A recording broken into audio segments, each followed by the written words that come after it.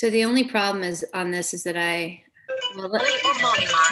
me see if I can try to turn the volume off on the YouTube and have it not affect the meeting for me.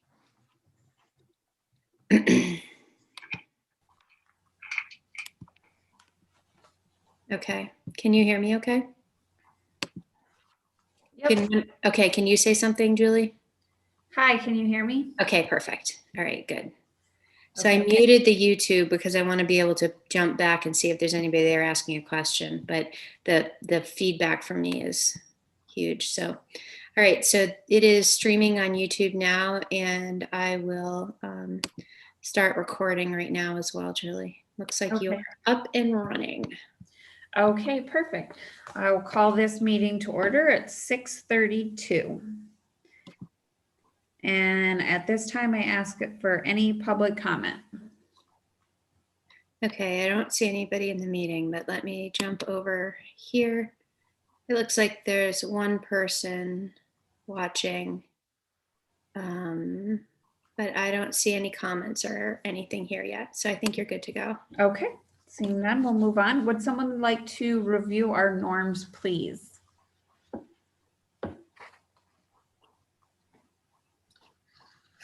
Can do that. Corey. Oh, Corey, you muted yourself. Whoops. Okay. Hold on a second. Let me try that again. Okay.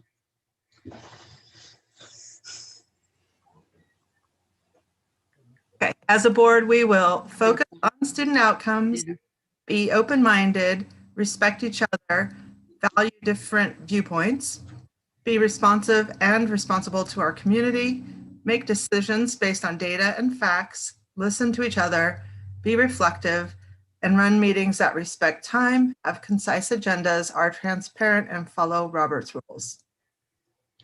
Thank you.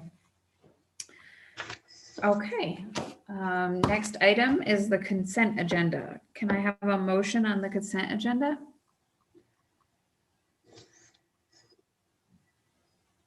I'll make a motion that we adopt the consent agenda. Thank you. I second. Thank you, Anthony. Any discussion? I did have a question regarding item B, the contract renewal. My question was regarding the fiscal year 23 and 24 salary that would be determined at a later date. Is that doesn't ring a bell as what we did last time, so I was wondering about that. Sure. So I typically would have put percent increases in there for the next couple of years, but I'm working with Laura Walkinshaw, who's our human resources director, to revamp our performance management system for a number of different roles within our system, including principals. And we're just starting that process. And part of what we're talking about is the idea that an increase would, at least to some extent, be driven by performance. And so given the fact that I'm not sure where that's going to land, and I want to be able to have as much flexibility in the future around incorporating salary into performance, which we don't typically do that, I wanted to leave it off for this year. But you should expect next year for the remaining 2 years to have a recommendation in there. Okay, so I just didn't want to find myself locked into trying to move forward with a new process and not being able to fully execute it. So it is not about Brooke at all. It's much more about a systemic shift. Okay. Does that make sense? Okay. That helps. Thank you. Any other discussion? I just have a question. Is there a basis in the model that you're looking to switch to? We haven't even started to outline it yet. That's work that Laura and I are going to do. So do you mean like a basis, like a model that we're building off of? Right. She's going to present me with something because she's worked in a couple of other organizations, and we're going to use that as a starting point, but I haven't seen it yet. Okay. I'm curious, is this something that other school boards are doing, or districts are doing? Is it more common now? Uh, I I don't know. I haven't been talking to anybody about what they're doing or not doing. I know that there's wide variability in how people are compensated, how compensation is determined, as well as kind of performance management in general. It's widely variable. Okay. Okay. Anything else? Okay, let's move forward with a roll call. Cynthia, Yes. Anthony, Yes. Corey. Yes. I don't know, Michael, if you're in or if you can hear us. Okay, I will say yes, and that will move us along. Okay, Randy, it's your turn. Thank you. So you have my monthly update in your packet. I don't have anything to add to it specifically for you. Sometimes that happens right between when I submit it and when we meet, but I don't this month. So I'm happy to answer any questions that you might have about the report or talk to you about anything else related to what's in my report. You also have information from Brooke and her report. So feel free to ask any questions related to what she included as well.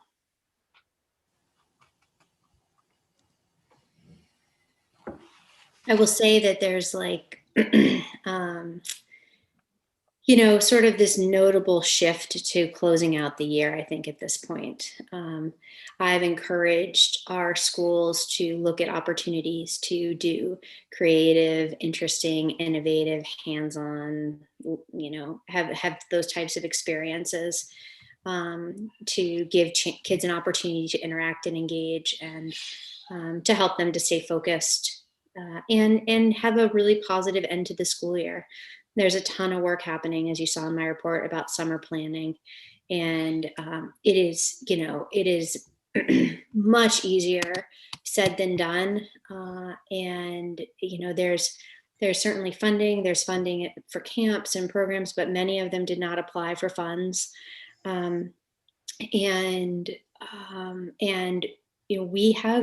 We have a tired workforce. This year has taken a tremendous amount out of our teachers and our staff. And as they look ahead, they are needing and wanting and deserving of some space for them to recover and to restore and to relax. And so finding, Brooke's doing a great job with moving forward programming at Mettawee, something it hasn't done before. So you can imagine that the administrative burden of trying to create a program that you've never done before without a lot of context, it's tough. It isn't really about the money. It's mostly about what can we do? What do we have the staff for? And I don't know, Brooke, if you've thought about hiring out other people, but I'm very open to the idea of putting an ad out basically for people to come in and give us a hand. But that's a big focus of our work right now, is getting to summer. The COVID landscape is looking better. I just heard that there was approval this afternoon while I was at another meeting for Pfizer for 12 to 16-year-olds. So how quickly that gets executed, and it's just the landscape is moving pretty quickly. But just so you know, I guess I would say to you, as board members, please understand that the school is doing as much as it possibly can to create programming for students in the summer. And they're working very, very hard to provide the best opportunity for your students, although it might, I don't know how it will all play out, but I know that there's a feeling of like anything is possible, and it is, except it's just a much more complicated process with many more variables than most people realize. Yeah, that's a hard feeling, I think, really. Like, you think about that feeling of anything is possible as being such a wonderful feeling, but sometimes when anything is possible, it's like impossible to start. So kudos. Go ahead, Brooke. I know you want to say something, but I just wanted to say thank you and acknowledge that that's a very hard and exciting place to start from. I have to say that there's a group of people that are interested in helping to plan.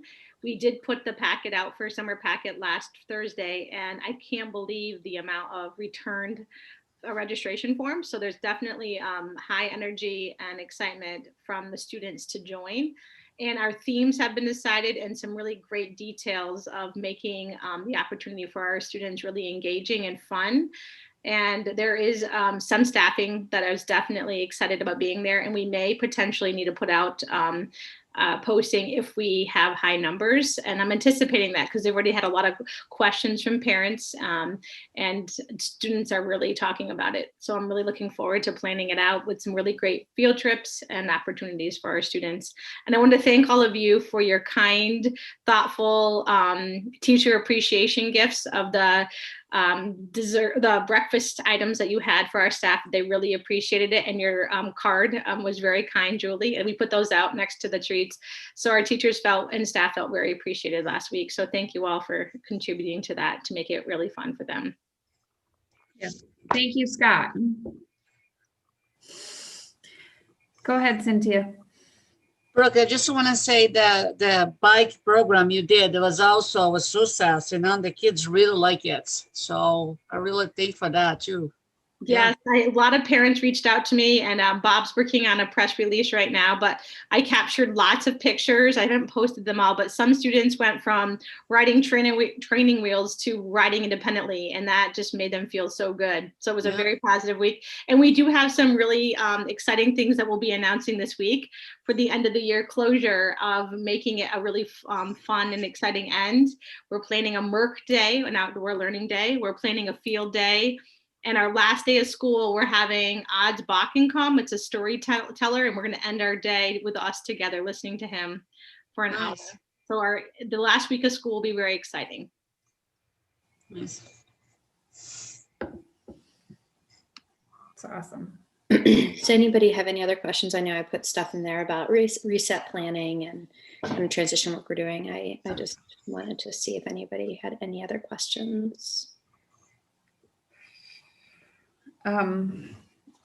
When I know that there's some testing that is happening this week, and then the SBAC's just, wound down. So I'm just wondering if there's any ballpark of when we would see any testing results. That's it's so interesting. I just literally met with Skylar about that today, and it's on a meeting agenda I have with all the principals on Wednesday. So what Brooke hasn't heard yet, nobody has, so any of the principals are listening. I want to have a sense of when everyone's wrapping up SBAC and wrapping up iReady. And then I'm asking them to schedule a time with Skylar and me, either the week of May 24th, May 31st, or, June, whatever, 7th, to review results. So depending on where things are, you may have information for the retreat, but you may not, since it's on June 7th. If not, as is typically the case, you'll get information in August. Okay. So everyone will be prepared in August to give the year-end progress towards goals and whether they achieved it, what their current data is, and what their goals are going to be. So that's really where in August is when you should be expecting really clear, concrete data as a board. If there's anything we have by the retreat, we'll give you what we've got. Perfect. Any other questions for Randy or Brooke? Okay. This is, well, other than the retreat, this is probably our last meeting that we're having during this school year. So just thank you guys all very much. And Brooke, make sure, please, to thank your staff. Okay. Moving on, the next item is policy governance discussion. So Randy, I would ask you to speak a little on that before we get rolling. Sure. So based on where we were at the end of last meeting, I connected with Jackie. She and I had a couple of meetings over the last couple of weeks to talk about her interest in working in a policy governance consultant capacity with you. She was definitely interested. We talked about what that might look like. And typically what we know works best is if I work with you as a board, and she and I sort of plan the events, the meetings, the just the activities that you would do as a board, and then she would facilitate them. So what I would like for you to do in preparation for June 7th, she's very willing to come to the retreat and spend some time with you, however much time you want. So that will be part of what I want you to think about today is how much time do you want to devote to this at the retreat? But it would be a facilitated conversation with you about what you're really looking for as a board, and for her to be able to ask questions and kind of guide you to help get greater clarity about the work ahead over the course of the year. So what Julie and I talked about was that today, I would like for you as board members to think about what is it that you think you need and want in order to get from where we are right now, which is, we think we're ready to do some work to move forward with the policy governance model of being a school board. And to the end, which would be, we've got all of the policies and now we're operating as a board. So that's kind of that's the scope of what from here to there. And I want you to be able to talk about it collectively. What I do want you to want to say to you, and I'll continue to say it to you, is that it is a work in progress. So even when we say we're going from here to there is still a journey, but you become, you evolve over time, and you become stronger as a board, and you become more familiar. So it isn't like we've made it. We're not kind of at that point. So I'd like to give you some time to start thinking about what is the work. And for Anthony and Cynthia, who haven't done a lot of the work that we have done for the last couple of years with them, it may be you're not even necessarily sure what that means. But so let me talk to you in a second. But for those of you who've done the work, I would ask you to think about what matters. What do you want to understand better? What are your concerns? What do you think you need? And for Cynthia and Anthony, we want to get you up to speed a little bit. So we're going to give you some resources to use. Has Celeste given you books yet? Yes. Okay, perfect. Yeah. So part of the work will be probably at least a couple of meetings with Jackie to give you kind of an orientation type of starting point, but still be thinking about what is it you feel like you need. And it's okay if Corey is in a different place than you are, Anthony. Like, all of that information will be very helpful for me to share with Jackie, and then for us to really prepare for the retreat in June. Okay, does that make sense to people? Okay, so I'm going to try to take notes. Scott, it's you and I on this. I don't know if Celeste told you, but she's not here. It's her birthday tonight, so we should probably wish her well. So happy birthday. Happy birthday. Happy birthday, Celeste. But I'll try to take notes and capture them, because I also want to give them to Jackie. So, okay.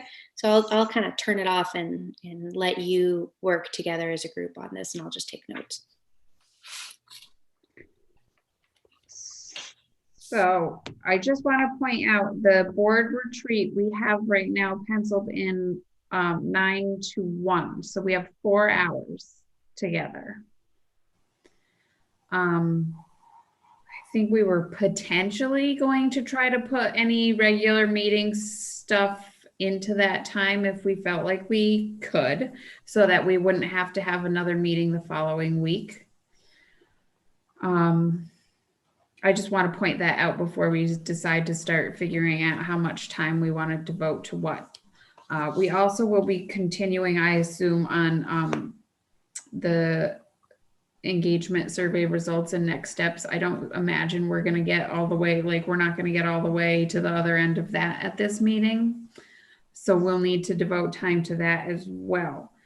I also think it's important that we try to at least do a little bit of like team building fun stuff, because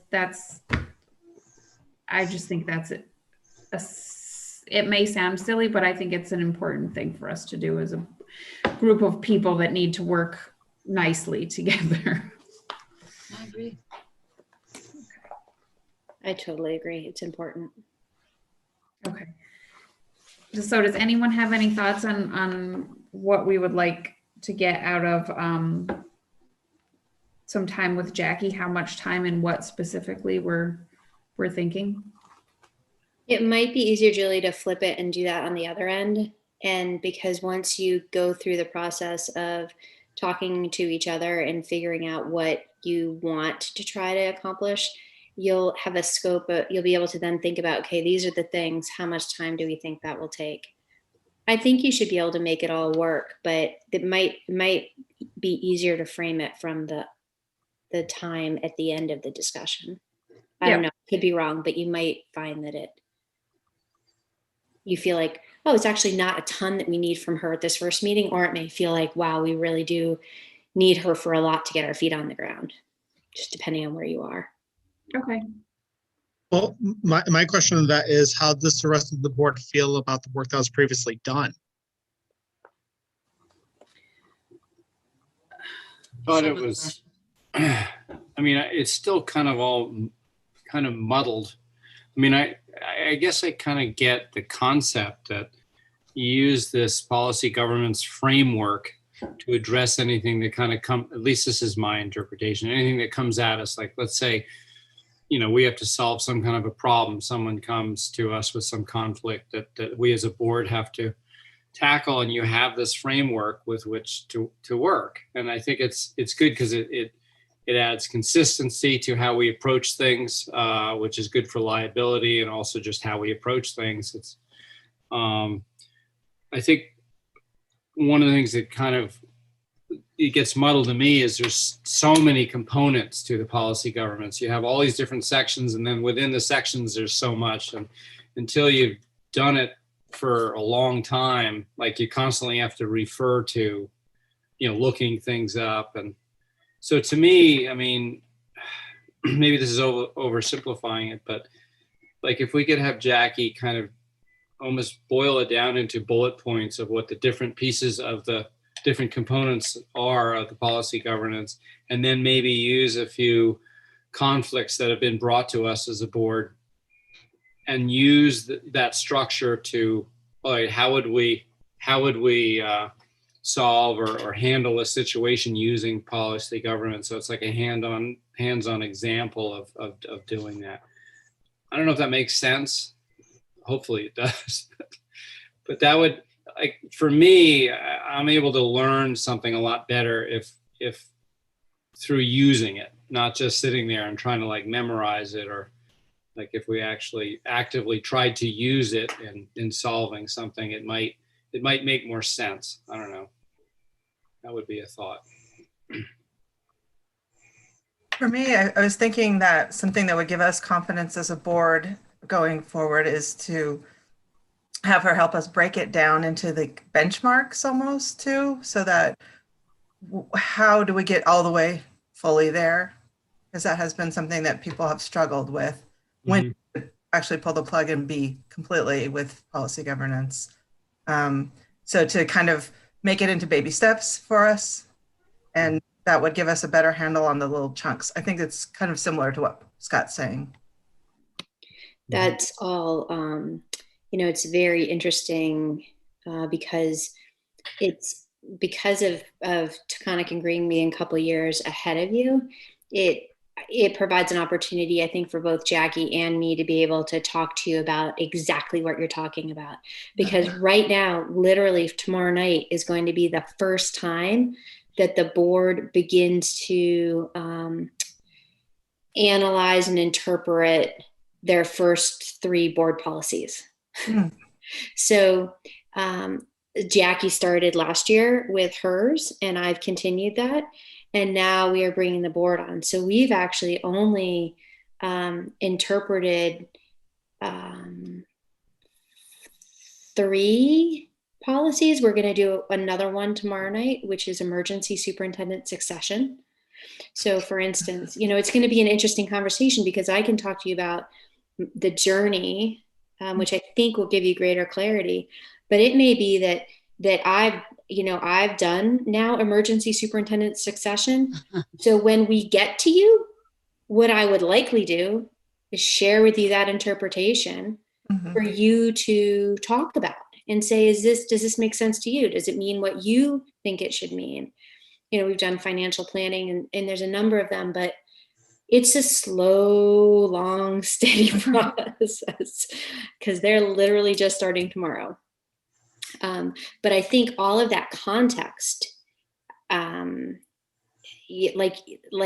I hear Scott saying, it's muddled. It's like, it's kind of overwhelming to find that path. And I think that's what you're saying, Corey. We can definitely handle that, and we can definitely support you in getting much greater clarity. So I'm basically right there with you, Scott. I think I had written down 3 things that I was hoping to get from working with Jackie, and hopefully all at the retreat.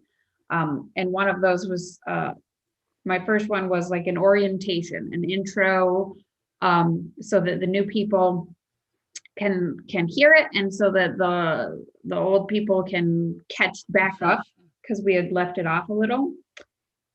And maybe we can incorporate into that part the benchmarks, like the breaking it down for us of when we may expect different things to happen.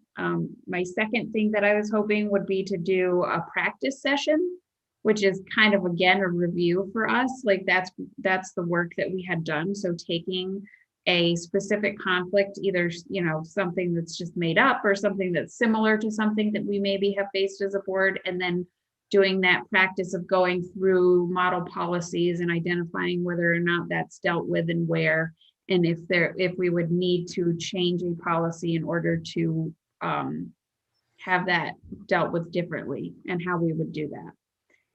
And then the third thing would be, and this is more of a question than anything, Randy, is like, would we at the retreat be able to put into place the placeholder policies of like the policy governance style placeholder policies that we would be working from until we amend any policies that we want to amend? So I would say that I think that should be part of what's talked about with Jackie. It's unlikely that you would do it at this particular meeting, but it's very possible that at your meeting in August that you're able to take that step and do some additional work, which is, I think, exactly what you want. I think it's going to be too much for the 7th to do that. And I think you will be more engaged in the work if that's all you're doing at one meeting. And it's definitely doable to get it done. Yeah, so if we have those policies, but they're not adopted, but we start working through some scenarios with them after a solid introduction, and breaking down of, bulleting the main points, the key differences, and then some policy practices.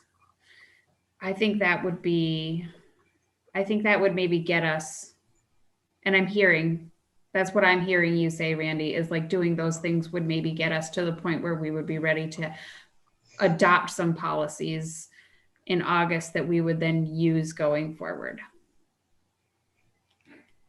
Does anyone have anything else, or is any concerns about that much being at this meeting? Or from the reading and from the last couple of meetings that we've had, I keep on shifting my perspective to you, Randy, and how the whole goal is to kind of give the BRSU a clear guideline to clarify things for you. But when you have the different boards coming up with policies, how do you rectify all of that?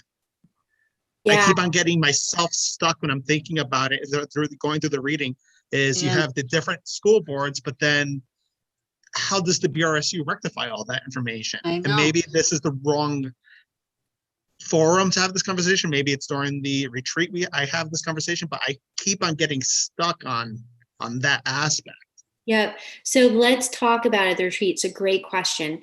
And essentially what I would hope is that we get to a place in which the majority of policies are essentially the same. Okay. And that's what happened with our definition of equity. And you may decide as a board that you want to explore including an equity policy within your policies. But most of them should be fairly similar. What happens through and if, as long as we can operate from a place in which because the policies in education are guided by a very, very similar, stable framework. The specific nuanced language might change, but as long as we keep that, we keep it essentially the same, I'm going to be able to be fine with that. What happens is as I start providing you with interpretation of policy, which means essentially I review a policy under executive limitations, and that's the area that I'm really responsible for. I interpret and I look at like, okay, how do I interpret the definition of what the language is? Okay. And I'll define it so that you can see this is what I think it means.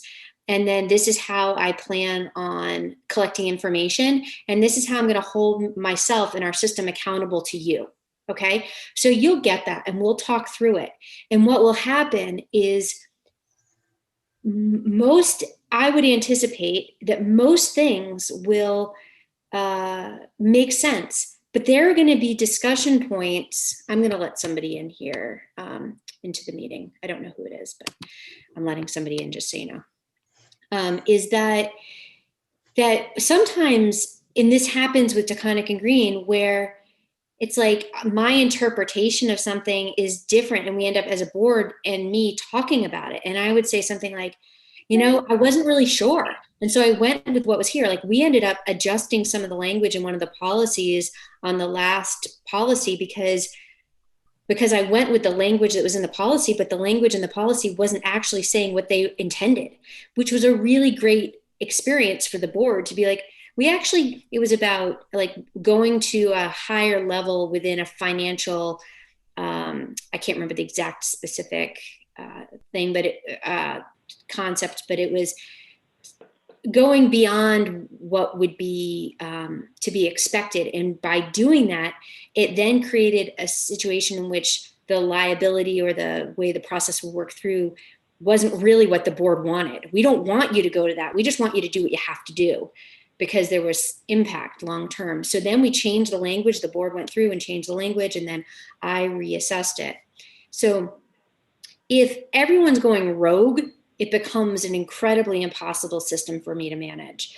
But as long as you stay within the framework that educators are using, it becomes a much more manageable approach. Can anyone hear me? Hi, Michael. Oh my God, I've been trying to get a hold through to you for the last 45 minutes. So I'm on the phone and I'm Me? Here. No, just of the meeting. I'm sorry, I've had technical difficulties and frustration. Didn't mean to interrupt. Please proceed. I just wanted to make sure that I had a live connection. Well, we're glad it's you. Okay, thanks. Michael, Phoebe got me on. I probably still wouldn't be on if she didn't. Oh my God, very frustrating. Okay. So Michael, to catch you up, we are right now on item number 6 of the agenda, and we're just discussing, Randy reached out to Jackie Wilson, and she's willing to work with us doing policy governance consulting, and she's willing to be at the June retreat. Thank you very much. I have been watching. I just been unable to make myself known or to speak Okay. to anyone. And I finally realized, wait, I can call you on the phone. Okay, but thank you. Yep. Okay. Okay. So do you feel, Randy, that we have a place to get Jackie started with this? Is everyone comfortable with this? Is there anything more to add or something to take away? I'll tell you, I think it's a great plan. I think it's achievable. I think that I would say that given the feedback and input that you've given, it's very likely that we won't have any issue executing. And at the end of the session, that whatever time it is that we allocate to this, you will feel much more clear about where you're going. Okay. Good list.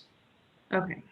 And so then the next step is to sort of identify an approximate time frame that we would give to this. I mean, I can't see this taking less than an hour. Yeah, I would probably say 90 minutes or an hour and a half, given what you just listed.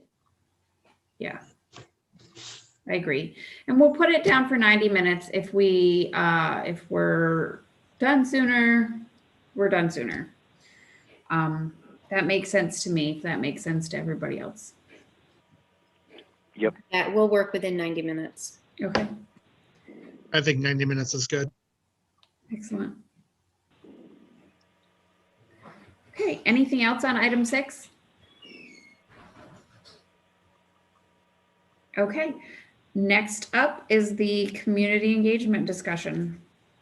And Celeste put all of that data together slightly differently for us to review this time. So I can't remember what page that was, packet page 11 and The page 12. Yep. So we Which I have to say, the way it's laid out now, I greatly appreciate it. Good. Well, Celeste gets the kudos for it. She worked through it. We went through it a couple times, and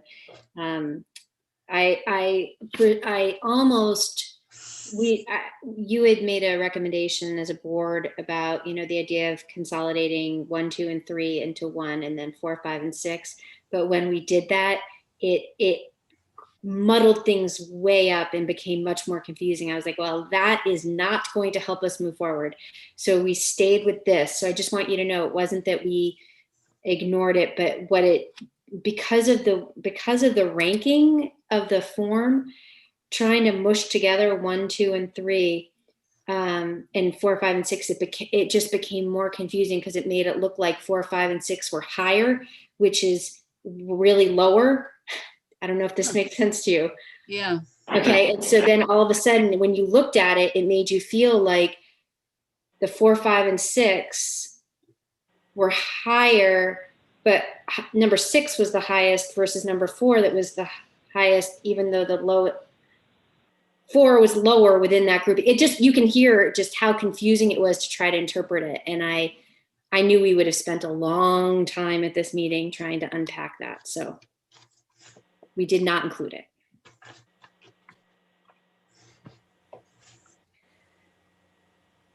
Yeah, I still am so just confused by math fundamentals in this. It's like it's all over the place.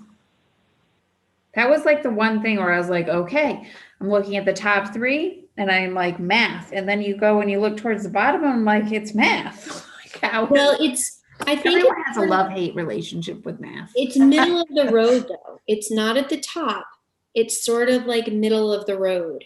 Yeah. I think that's how I was interpreting it, because it came in highest as like the second thing, and then the middle of the pack, 3rd and 4th and 5th, right? So it's sort of like it was sort of moderate across. I think that was how I was interpreting it. Seems like the second chart is the easiest to kind of look at a glance and get a handle on where people weighed in. I mean, and it is interesting that so much of the top stuff has to do with things like kindness and empathy and things like that versus math or something. Righty. It was rated so highly. Yeah.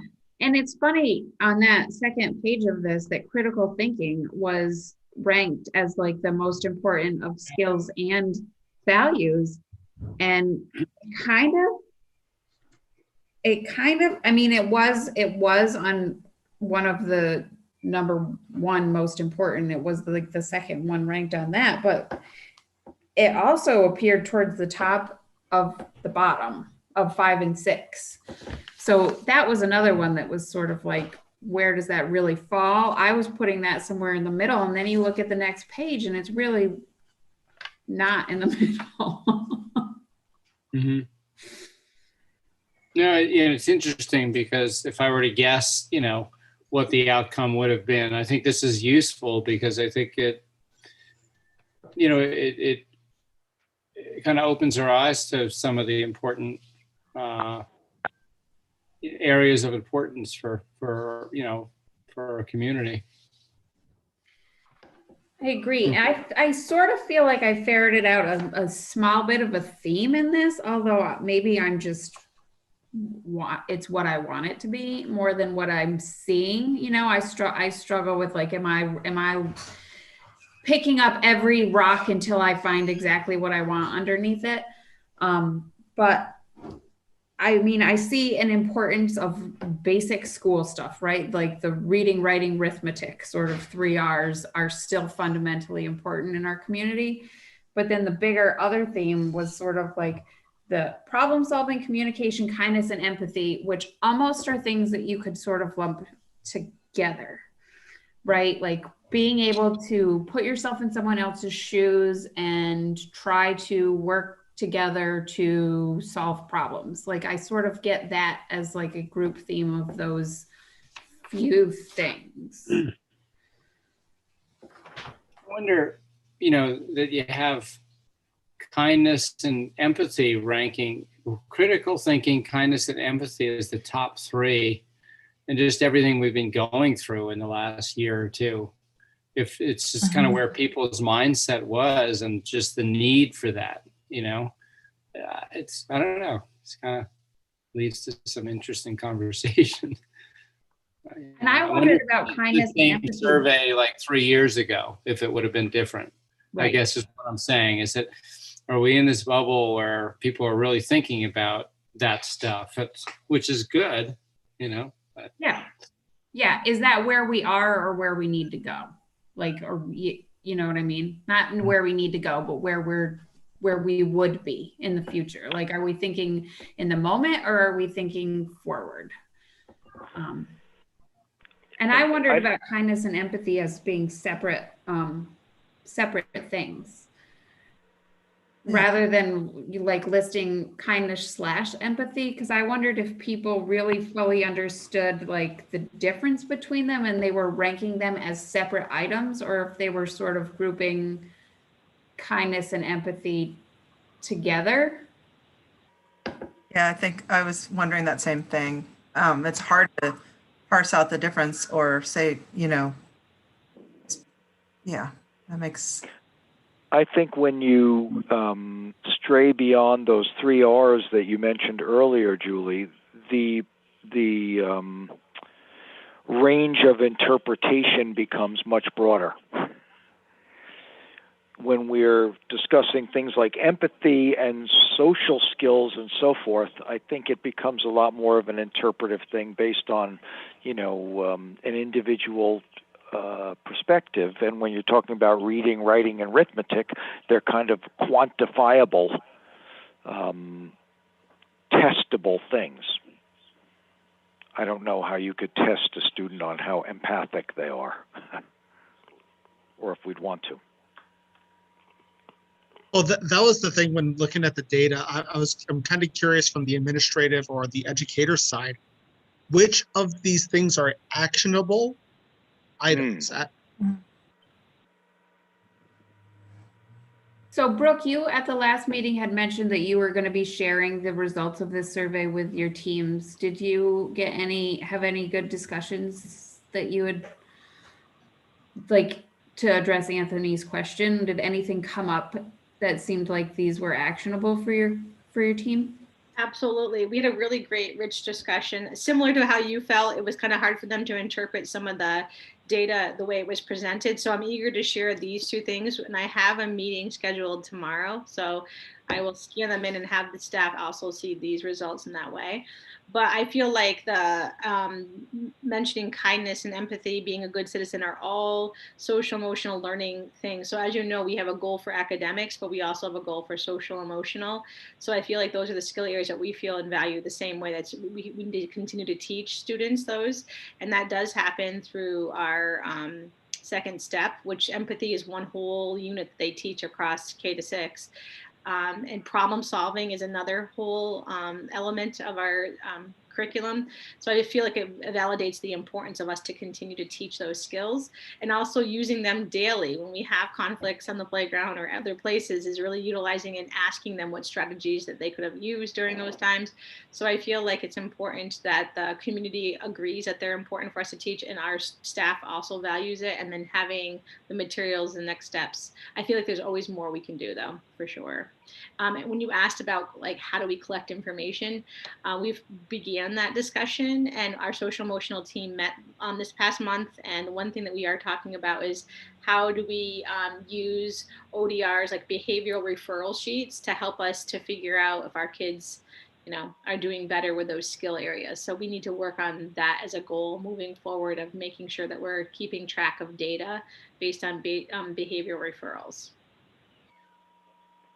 And just to provide a framework for Anthony's question, so part of this process for you as a board is taking this information and developing your ends policies.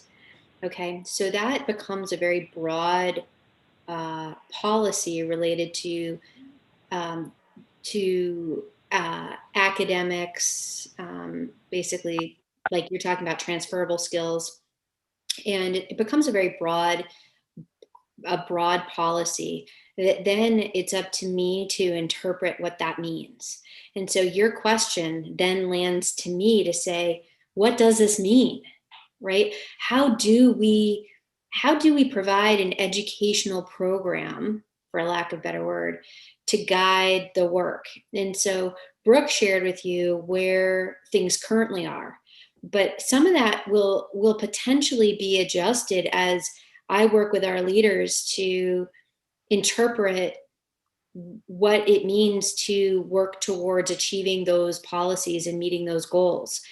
We would have conversations. So as we build this out a little bit, your ends policy, which is what I'm eager for. So I will say to you, that's what, when we talk about this community engagement, I am eager for you to take that next step of developing your policy, which is not big and long and detailed. It's fairly broad. And then we start to interpret it, and we start to look at what we currently have in place and what we need to do in order to adjust our practices to help work towards achieving the goal. And then you will see immediate connection between what the data at the Mettawee school and how Brooke is using current performance to make adjustments and tweak and establish goals based on your ends policies. So you may find through that process that your interpretation of her and my interpretation is not aligned with yours, or you may find that it really is, or it may lead to a very rich discussion of how and why did you select these areas. So it starts to take on a very different process. And so I'm just wanted to orient you to that, because I think it helps to make sense of where we're going in all of these areas. So important and a good question. Which I also want to thank Celeste for sending out a couple of examples of the ends policies from some of the other boards. So that was very much appreciated to get some insight as to how other boards are approaching it. Sure, I will make sure she knows that. So pass it on.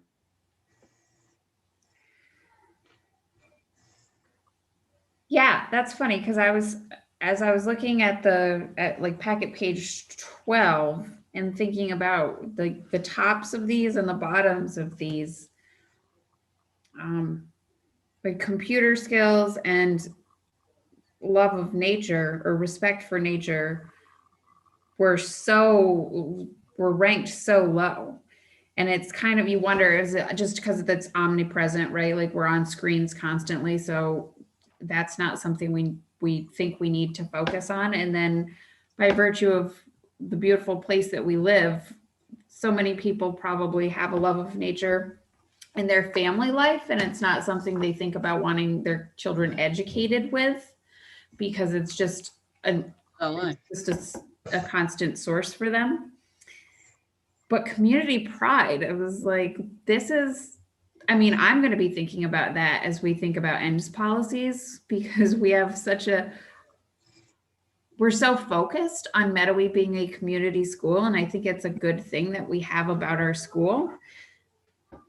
But seeing that where it's ranked, and also thinking about the top ranking of empathy and kindness, and considering them maybe more global things, like we're thinking more. I think people now are thinking more beyond how we can help our own community, and more like how we can help our own country, and like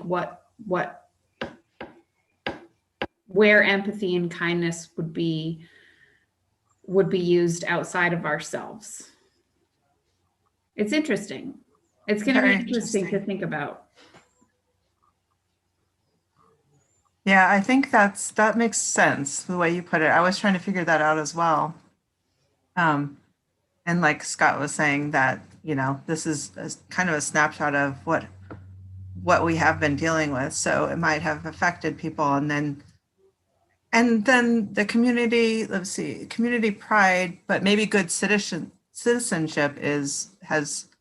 that's what that is, kind of, people feel that citizenship, and it's not necessarily just that, small town. It can be much bigger than that.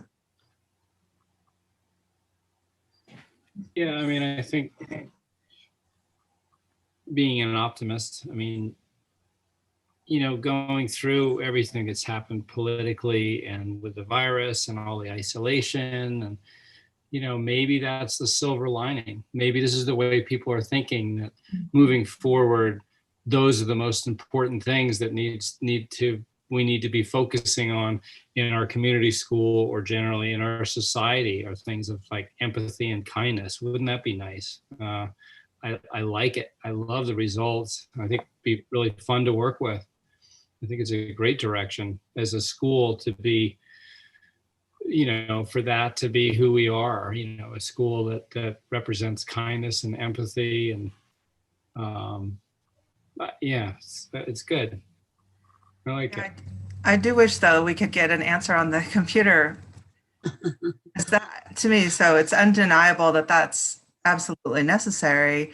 Is it because it's built in, or is it because it's hard to understand why that is so low, and consistently low? So it wasn't even in the running ever. So I do think that you hit the nail on the head on that. I think it's just built in. I think we're all constantly on our computers, so I think people aren't as concerned that that's going to be a skill that's learned and taught. Maybe, I don't know, because it obviously it's undeniably important, but so it's integrated into learning just in general, and it's not separate anymore. Yeah, I think so. It would be like saying, you need to have books in your school when we grew up. It's True. Just you need to have I don't know. So then also maybe that's a vote of confidence in how it has been integrated into the school. Yeah. Yeah. That one has caused me hate of it. Yeah. That one has caused me a lot of thought, because I'm an IT person. I work in IT, so it's so critical to what I do as a living.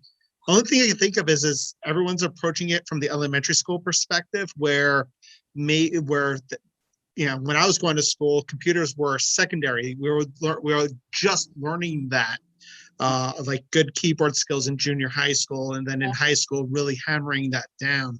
That's the one thing I can think of why it was ranked so low, but I'm then, biased. I'm in the field.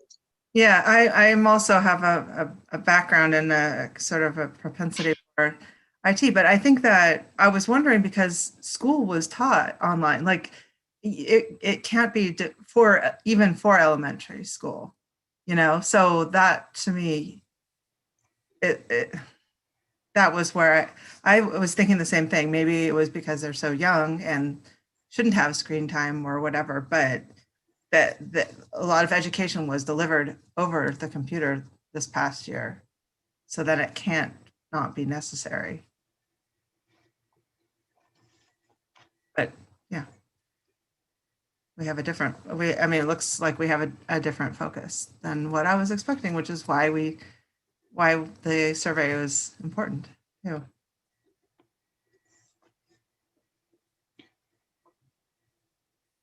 Agreed.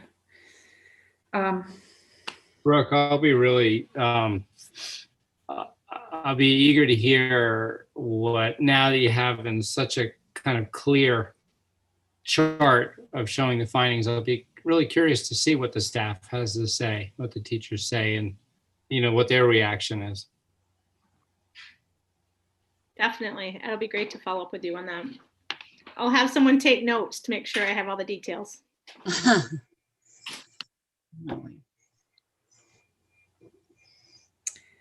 I also thought it was great that we had 18 business owners providing feedback on this.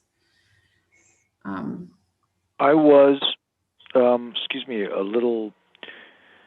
I didn't really look at the numbers too closely, but I noticed that there are like 42 Paulet residents and 15 Rupert residents. I didn't know if proportionately that was sort of an equal amount relative to our town's populations, and I know we're not supposed to be looking at them as separated things.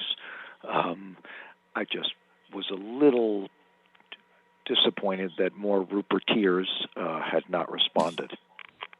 Well, that's something that I know we view it as one community, but as elected officials, Mike and we have, yeah, that number did stick out to me as well. Yeah, I think that kind of goes to the point of how are we going to communicate more with our community. And that, yeah, and maybe I'm jumping the gun a little bit, but I know in Rupert, a lot of it is face to face, and maybe getting the school board meetings back to being face to face to get some more of that to get some more of that involvement from the community is going to be very, very important. I'm not sure that it's like, if you think about population size, I'm not sure that it's that far off. in terms of the percentage of 45 to 1,200 and 15 to whatever we are, 600. 3 to 1, yeah. Yeah. Yeah. When you think about it that way, I don't think that I find that number less concerning through that lens. Mm-hmm. But on the flip side of that, out of our populations, to have our combined populations to have only like 57 responded from that whole numbers, we're obviously still not getting to everybody. So this can't be the only community engagement that we perform. Oh, hi, Kitty. Well, I view these numbers as a starting point. So I don't view it as the end all be all. I think it's a starting point of, so next year, how do we get more people to participate, to get more involved in this process, to give us that feedback that is necessary? Right. So that sort of comes into like next steps. We need to, I think that this stuff is helpful for us to bring to our retreat as we look, as we practice through policies and think about what any tweaks that we would make to placeholder policies, or if we would just think about spending the next year not tweaking any policies and instead just coming up with new and different ways to survey our community. I mean, I'm kind of happy with the number that we got, considering that we have these meetings and we have maybe one person watching on YouTube and we never have public comment. It wasn't a goose egg. We got responses. True enough.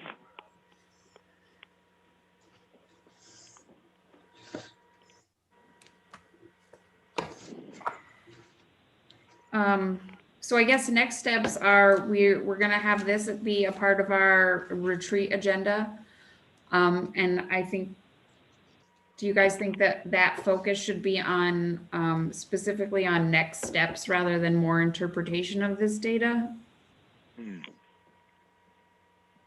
I agree. Maybe we can work this from the angle of the where on our inquiries we have categories about, they're not in front of me now, but like community pride and civic involvement. Maybe we can lean on our people who are already out of school, meaning our neighbors, to step up a little bit more in terms of their own community involvement and attention paid to what's going on in the respective boards, whether select or school or otherwise. It's a big project. And if we connect this on the agenda, Julie, to either before or after the ends policy, we can have Jackie give you some, work with you on how you can take the community engagement data and use that to formulate your ends policy, because that is the one policy that is really unique to you. And it's the North Star of everything else that happens. Right. Yeah, I was just going to say, you were asking if we should spend any more time in the interpretation, and I think we do need to talk about our interpretations and how it relates to our ends policy. I was just going to say that. I think that was kind of really the main point of doing this, is to help us shape that with input from the community, not just our ideas, So. Yeah, I guess to clarify, what I meant was specifically for the retreat agenda, are we going to spend time on delving deeper into the interpretation of this set of data, or are we going to focus our time on next steps for more community engagement, because we're going to be operating with placeholder policies and not necessarily setting an ends policy based on this one survey? How much time do we have, though? I mean, to do another survey or some kind of other thing that's you're talking about, that's a long way off. I mean, shouldn't we be starting to shape our ends policy? I think we kind of have to use this for now. Well, here's a question. I mean, we form an ends policy. Is there anything that says that, over time that evolves and that can be, obviously you're not going to change it where it's completely opposite of what you've written, but it can certainly evolve, right? And be added to over time. It certainly can. You do want it to be pretty stable, but you also have the ability to adjust. I think what you'll find as you walk through this next step of the process is that you will land on a policy that reflects both the values and feedback from your community members, as well as your values and priorities as a board. They're broad enough that, what I can hear you saying is it's a combination of academic and transferable skills. And these are some of what we really prioritize, but we really want our students to be this, do this, accomplish this. And it's going to, I think it's going to encompass some combination of that, because that's really what 21st education is right now across the board. And in what you just talked about, the idea that it feels good to understand and hear that our our community values these transferable skills in addition to, foundational academic skills, right? And to be able as a board to say, yes, we care about the academics, and we care just as much about problem solving and critical thinking and empathy and kindness. Like I think you will find that as you work through the process, that it ends up feeling pretty good, because you're saying clearly to me as a superintendent and to your teachers and your principal, this is what we value, and we expect this to be a part of your educational program. And we're going to expect it to be measured and prioritized, and we want to see our kids grow holistically. So is it possible to correlate with the data that we got here, what programs or projects the BRSU and in Mettawee we have that kind of address these different these different criteria? Yes. So that then becomes my responsibility to, whatever your ends policy is, to interpret and say, okay, how is this a part of our curriculum? How is it a part of our instructional programming? How are we measuring it? How are we able to say to you, yes, we're committed. Yes, we value it. It's in our program. We're like, that is exactly how it works. And then we come back to you with that feedback. And if I find that you list something and it doesn't, we don't do anything with it, it's then on my shoulders to do something about it, because I have to respond to you as a board. And so you'll always keep coming back to what your ends policy is. And you should feel comfortable asking me at any point what we're doing and how the programming is. And I have the responsibility to make sure that what's happening at the Mettawee School aligns with it, because at the end of the day, it rests on my shoulders. And so my accountability, is to them in order to be accountable to you. It's a pretty exciting, I'm a little bit nerdy on this, but it's exciting for me. Like, I am excited about this next step, because I think that the possibilities and the way that this is going to come together is going to be very intellectually stimulating to me. And I think it's going to lead us to stronger, better outcomes for our kids, which is what drives me more than anything else. So I have a question on this. I mean, obviously the whole point of engaging our community was to create ends policies, but I guess my specific questions about when we're working on this and what our next steps are would be so Randy, for you, I mean, will we be setting an ends policy at our retreat, or will we be setting one in August? I mean, are we going to be there, or are we going to not be there for some time? I think you can be there quickly. I believe that you are ready to start drafting something at your retreat. Okay. You are going to want to draft it, and you are going to want to reflect on it as individuals, and then you're going to want to come back together. So whether you can do it in 2 meetings, you might, and you might not. You might have, a couple of you who are like, I don't feel like it connects with this, or I don't think that it reaches enough of this, or I think that, you may find it smooth, and you may find that you need a little time with it. I can't predict that, but I will say to you, you don't want to rush it. If there's, as you're working through it, if you are, you get sort of stuck on one portion of it, I would encourage you to take the time to keep working through it and talking through it until you land at that place. But I'll have Jackie stay, and I'll make sure that Jackie understands the place you are, and I'll have her be completely up to speed in the work you've done, your results, so that she's also prepared to facilitate an initial conversation with you to get you started on this. Perfect. And I will say one other thing on this, because we haven't talked about this. I would encourage us at the retreat to talk about an additional piece of this work. What I'm hearing from all of you is some curiosity. Like, I hear curiosity about what people were thinking, like what drove some of this.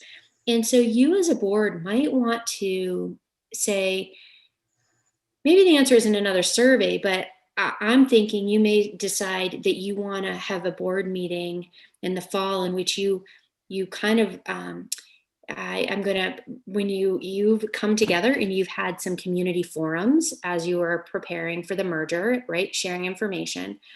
You may want to have a meeting in which part of the meeting, it's an open meeting, and you engage with people in the public about their responses or their interpretations, and you kind of take a deeper dive into it and try to get some more information, which I think, frankly, people who want to be invested would probably welcome that conversation with you. And I think you might be able to learn more about what your community members are thinking. So that was going to be another aspect, Julie, that I was going to talk to you about including in the retreat as it relates to this. And because I think it's possible, and I think it's an important thing for you. That's what I'm hearing, is that there's still some uncertainty. Yeah, well, and to be fair, I think that there will never be a time when we don't have some uncertainty, because that's what, and especially if we're going to be a policy governance board, that's kind of what our job is to go into the community and see where everyone's at and what everyone needs and wants from our system. And it's never going to be a stagnant thing. It's always going to be changing. So we need to constantly be doing that. And so that's why I was concerned about, like, we have 4 hours, right? So I want to just use them to the best. And part of that is we're going to have next steps. This survey was, I never considered the survey to be the one true thing that we used. It was just a stepping stone. But I'm excited and hopeful to hear you saying that we'll be able to start working on the ends policies, because that's, I mean, for the 3 or however many years I've been on this board, has been what I've been excited about. And it's kind of fun to think that we're going to get there. I did have one other question, Randy. I don't think I'm going to get an answer from you now, but it was a while ago. It was when we were meeting in person. I think it was one of our last in-person meetings. Skylar came, and I think it was about the new way of doing report cards. But I think that he specifically had slides where he talked about how progress was measured with he used some examples that were transferable skills.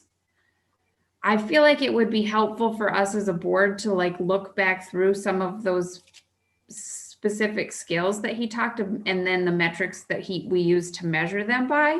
So if we could just get a reminder of approximately when that was. I'm going to try to look it up myself, but I don't know if all of the new people on the board aren't going to have our old printouts. They can be found on BRSU website, but I will put it on my to-do list, and we'll get you what I think you're talking about. You can let me know if it's the right thing, and we'll keep going back and forth till we figure it out. okay. We'll figure it out. Between Skylar and Celeste, we should be able to get closer to it. And Brooke and Randy, am I making sense in what I'm talking about? Like these skills and metrics would be helpful in our, yeah, okay. Yeah, there are rubrics.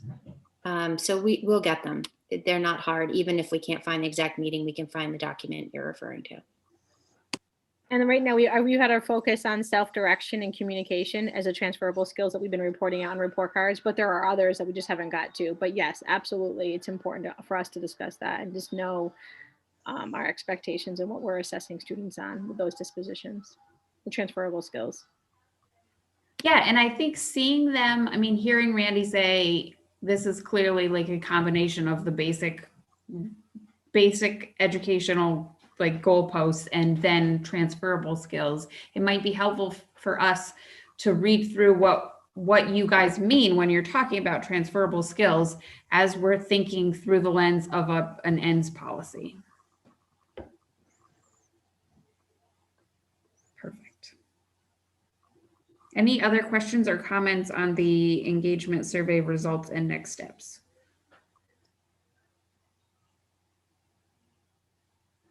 Okay, hearing none, board updates.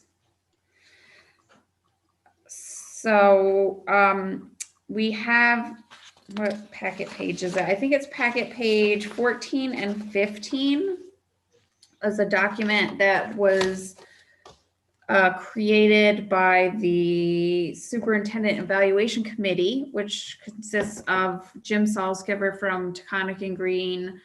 I'm blanking on his name. Dean from Winhall. Dean Giannotti. From Winhall, and myself from Mettawee. So each district is represented at the table on this. So I'm not gonna, I mean, there's a lot in this and you guys all had it ahead of time, so I'm not gonna read through everything, but it just like the gist of it is the proposed process that we would like to move forward with evaluating the superintendent is really 3 things, which is annual goal setting by the superintendent. And so that happens every year. And then at the retreat would be an opportunity to go through the previous year's goals and check in on where we are at that, and also set new goals. And so that would be up to Randy. Those are goals for Randy. So it would be a short list, like 3 to 6. We discussed having these be some longer term goals and some shorter term goals. And these are goals that are across the SU. So some of them may be critical goals for like a non-operating district such as Winhall and wouldn't mean that much to Mettawee, but they're still important SU goals. And then there would be some other goals that maybe would be much more relevant to us and less relevant to like TNG or Winhall. And then the other 2 pieces of this are surveys. And so one of them is the superintendent survey of school employees, which would be crafted by Randy with input from the board. And the other is a survey that would be crafted by the BRSU Evaluation Committee, and that would be of the school boards. So, and then the other key is that this is on a rotation. So we would be doing 2 things every year. The annual goal setting is annual, so it's every year. And then a survey occurs every year. So this year, the survey is going to be Randy's superintendent survey, which she's already put out. She's given it over to the new human resources person, and the questions are already set and submitted through, is it Laura? Am I remembering her name correctly? Thank you. Yes. So Laura has taken over that and sent those survey questions on.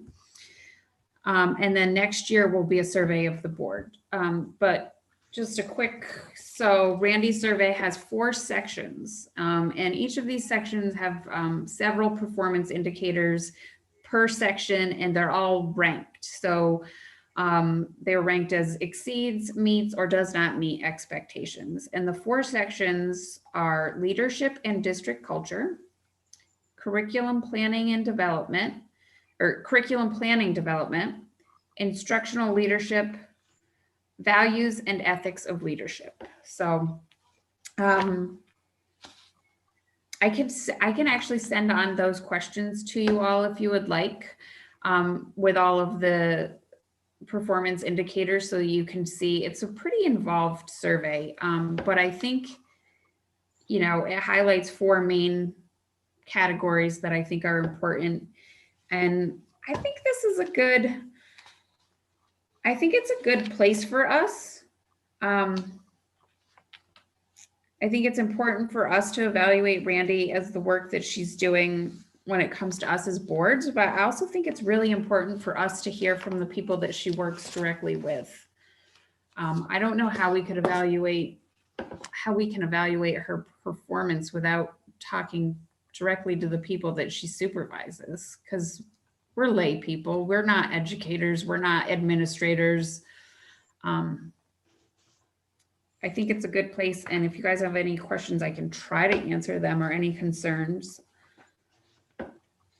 I can just clarify one thing if you want, Julie. Just Sure. So the framework is based on AASA standards for superintendents. So the indicators, the area, as well as the components it's not something that was developed internally. They're based on the standards of an effective superintendent. So it's kind of designed on a 3-year cycle. So the first year were the categories that Julie talked about. And then there's another grouping of the standards are more related to board work. So the idea was that you would pull those standards so it's another group of standards. And then in the third year, there would be a balance, the remaining standards that would go back to the employees of the BRSU. So that's the 3-year cycle. So essentially, if you're looking at the bigger picture, over every 3 years, the superintendent's evaluated on all of the standards. And so then that rotation over time would happen, assuming somebody stayed in the position for that period of time. And then the goals continue to be set. So we did complete the survey and it closed on Friday. I just received access to the results so that I could review them. We had 166 respondents, which I was very, very happy about. So it was basically the ranking that Julie said, meets, exceeds, or does not meet expectations. And then there was a place for comments. And there were many, many, many, many comments. It's going to take me a while to get through them.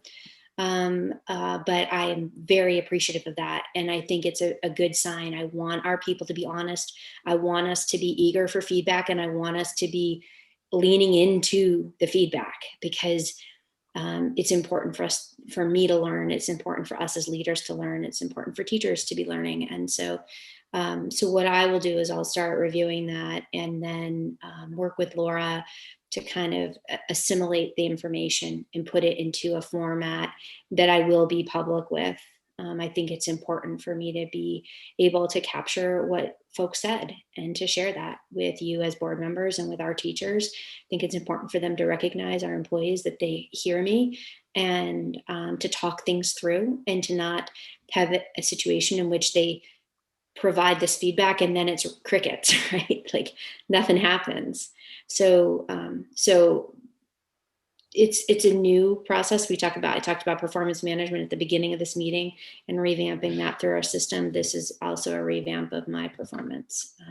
And I'm eager to learn and receive the feedback and use it to, direct my work and guide my work moving forward. Thank you. Does anyone have any questions on that part of board updates? Okay. The other distribution we had was an update from Jim Salzgiver. He did offer to come tonight if I wanted him to, and I told him I didn't think that we needed him, because I felt that we had 2 pretty big discussion items on our agenda, and I didn't know that we would have the bandwidth to really deep dive in the legislative updates, but he was happy to answer any questions. So if you guys have any questions on anything, I would pass those along to him and get some answers for you. I certainly am not going to pretend I can answer them. Okay. Does anyone else have any updates? Okay. Our next meeting is the retreat, which is the 7th of June, 9 to 1. Eat your Wheaties that morning. It's going to be a big day. And a self-evaluation. Julie, can I ask you a question? Yes. If you're allowed to meet in person on June 7th, do you want to do that as a board?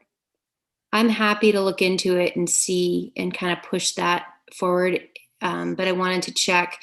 Right now, they're still holding pretty firm that they don't want board meetings, but I'm curious about your interest in that as a board if it becomes an option. And I'm happy to advocate if it's something that you value and you'd like to do if you can.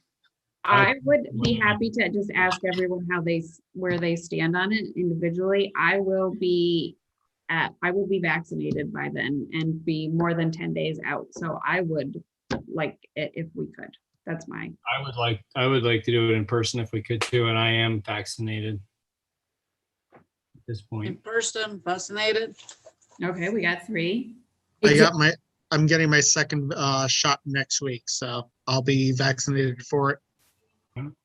I am vaccinated currently. And I'm vaccinated as well. So Anthony, Corey, and Michael, would you be interested in it being in person with your vaccination status? It'd be harder for me in the morning, but I'm flexible. Yeah, I can do either, whichever way. I think we would get so much more out of it. Yeah, it does I seem like would- That's a long time to be doing a Zoom meeting, and it's just not the same, you know. I think what a nice, wouldn't that be nice if we were able to meet in person after all of this as a retreat? It would be kind of like, It's a retreat. Yeah. yeah, it would be, it would be a nice way to like break out of this damn COVID thing. It would be a treat of a retreat. I know. Yeah. And lemon balls too, right, Julie? I would prefer to meet live. Okay, Randy, I think you have your answer. Yeah, thank you. It's just been on my mind, and I felt like I wanted to check in with you about it at the meeting. So we'll see, and maybe Julie, between the two of us, we can connect with VSBA and with the AOE and see. We've got a month to see where they land. I think it's coming.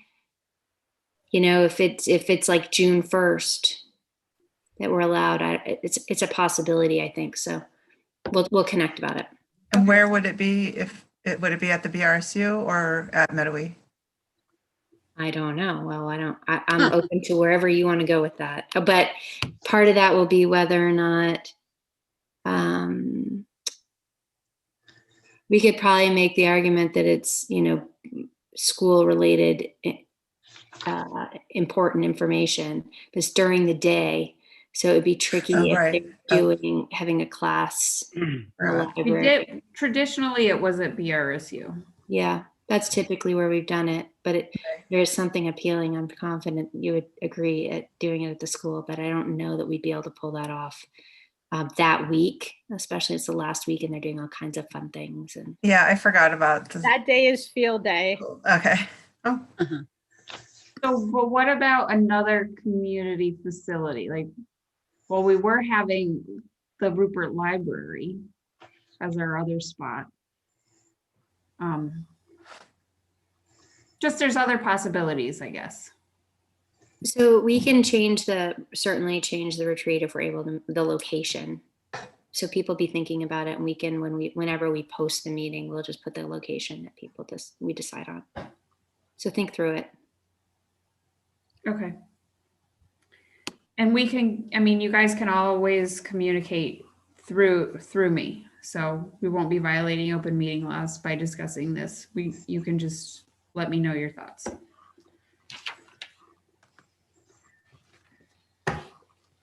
All right. Are we I'm ready if you're ready. ready? I am ready. Okay. So the board self-evaluation level of engagement. I say hi. Say hi. Yeah. Hi. I think we had great discussions tonight. Again, another very productive and dynamic, I think, even. Was the agenda followed? Yes. Yes. And I went through this ahead of time with Randy, but I feel like we did good. We had something to discuss in the consent agenda and we did it. And That's good. Yeah, that is right. So that also goes down to the consent agenda. So I actually had a question about this. The agenda linked to work plan, we didn't have, there was a presentation, or I think it said presentation on the work plan, and that wasn't on. You're right. That's 100% on me because I forgot to tell Brooke. Okay. So we can put that, we'll think through it, but that's on me and I apologize for that. It was a breakdown on my end. So I apologize for that. I just was wondering, sometimes there are sort of legacy things that make it onto the work plan. So I wasn't sure if it was that or the other. Okay. It was a mistake on my part, so I apologize to all of you for that. Okay, so sufficient time spent on community engagement. Yes. The ends discussion, I think we did like a preliminary kind of talking about how to achieve an ends discussion. That's my take on it. We did. So Randy, in real life, we're a policy, like fast forward into the future, we're a policy governance board. We're all the way in it. Are we going to be having ends discussions at every meeting, or is it just going to be sort of the central theme that like everything revolves around, but it isn't really discussed?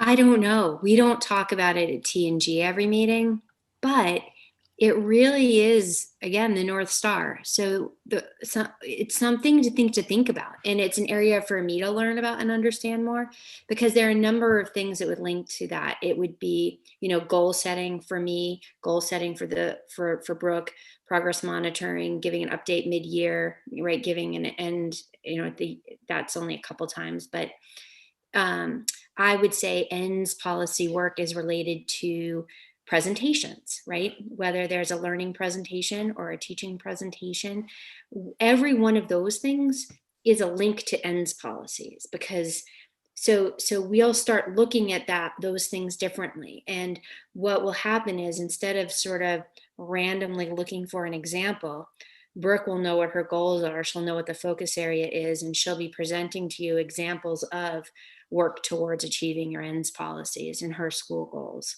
So I think it's probably possible that you would do it fairly regularly. I don't see you doing it every meeting, but. Would it be something like we would check in at the end and just say, can we point out an instance in which we were working toward the ends policy? Yeah. In reading the other ends policies, I almost view it as almost like their mission statements, goals to work towards. Even if we just reminded each other, ourselves at the beginning of each meeting, once we have an ends policy of what that is, I think that's important. Yeah, it might be something you consider, adding to your operating norms, and like a reading of your ends policy to remind us all of the focus of why we're here and doing what we're doing. Yeah. Okay, executive limitations. So we talk about that as well. Yeah, we hit on that briefly, but I think that's going to be something that we'll get to more when we're hitting the point that T&G is at, where they're really reviewing interpretations of policies, of your interpretations, Randy. The consent agenda used appropriately, and we say yes, and get a little star for that one. We get gold stars. Yay. Okay, what went well? All of it? All of them. I liked the discussion. I mean, I liked the survey results discussion is really fascinating to me, and that is very promising. I'm excited about that. I don't want to be the only one saying what went well, so I'll look for any other thoughts. I think our policy governance process, we came together in figuring out what we wanted to give to our consultant to go through with us. I mean, that's work that we did, and good work. True, yeah. I think once again, everyone kind of weighed in and listened to each other, and just great exchange of ideas, and kind of, I think, a really good plan for the retreat. I think it just all came together really nicely. So. All right. Does anybody have concerns? I don't, actually. I don't. No. Michael, do you have technical concerns? Okay, That's a good one, actually, though. And how could this meeting be improved? Live and in person, so I don't have to get tortured by all this technical devising. Yes. You did the opening, agree. Michael, and you took it. Nicely done. In all Right. seriousness, that may be something that we wish to discuss. I will say, so Paul, their select board is discussing moving forward if as we start having in-person meetings, having some sort of hybrid system set up so that we can still, because we have a lot of participation in the select board meetings in town now that it's on Zoom. I mean, we don't have that. So maybe it's a moot point for us, but it's something to think about. It seems like we don't want to, right, the hybrid is a good approach because we don't want to block off that avenue potential for people. But if it isn't being used, it's harder to justify if, yeah. Right. We can add that to the like regular meeting agenda at the retreat for you to talk about as a board if you'd like. Yeah, I wondered also relative to participation even in the midst of the Zoom method that we're using, if there's some way, can you put out on Front Porch Forum or other formats that we're having a school board meeting tonight and we'd love for you all to drop in? Okay. Do we currently put it, Bob, do you know, on the Mettawee's Facebook page? I know, I'm not sure. No, we haven't. We did it, during the budget deliberations, we used it then. And they were, the press covers it pretty well. So that maybe that, because the press covers those kinds of meetings, the public doesn't come in, but we could do it it's easy to do, and social media would be fine for that. Yeah. It seems like that might help to generate a little more, I don't know, attendance at these meetings, even if they're virtually held. Yeah, and why not try? Right. It doesn't cost us a thing.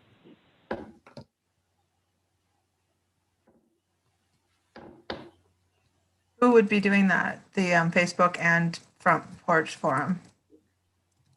I would be doing the Facebook or someone in school, but we don't really do anything on the other forum. We could start with Facebook and maybe share it with some of the forums, that are on Facebook. Yeah. Right, or I think Michael had mentioned the Front Porch Forum, which is that, yeah. I can do one, but can you just, I feel like I'm on, is the Pollitt one the same as the Rupert one, or are there two different ones? They're two different. Okay. It's like Pollitt and Wells, and then Rupert and Dorset, I think, or something. So I think I'm only through Pollitt Library signed up to be on the Pollitt one, but I can add the Rupert and I can do that. We can ask Celeste to help out as well too if we get a more concrete list. Okay. I forget if Deb, I don't recall seeing something from Deb, but about this meeting. She has been sending them out through the Pollitt listserv, but does she do that automatically, or do we have to send it to her first? She's really good about doing it. I got hers already. She does do it. I saw her agenda go out. Oh, it did go out. Okay. Sometimes I miss it because there's so many meeting agendas that go through that, but okay. All right, I think I have all of this compiled, and then I'll try to should I do this for the retreat? Put all the answers together for these. We were talking about reviewing the answers to our self-evaluation every several months. Wait till later. How do you feel about this, Randy? I feel like we have a lot going on at the retreat. Do you want to put that on August, to do in August? Or do you think we'll have time at the retreat? I think that you could probably add it to the meeting part of the agenda. if you want. Okay. I'm not sure how many. I think there might be 3. Yeah, I would. Yeah, I mean, don't go crazy. It's not my place to say that. Maybe just put a 5-minute time period on it. Yeah, it wouldn't be much, I'm sure. It's because they're pretty, I mean, from my recollection, they're pretty consistent too. I just think that it's nice to revisit these answers every so often so that we can make use of them and kind of keep going in the direction if we think it's positive. Yeah. Excellent. Okay. So, is there any public comment?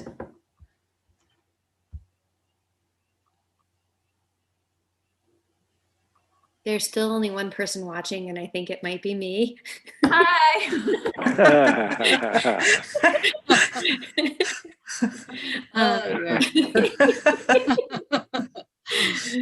And I don't really have anything to add. And I don't think we have anybody at the meeting either. Okay, perfect. Hearing none, I will adjourn this meeting at 8:12 p.m. And thank you, everybody. Thank you. Thank you. So glad I was finally able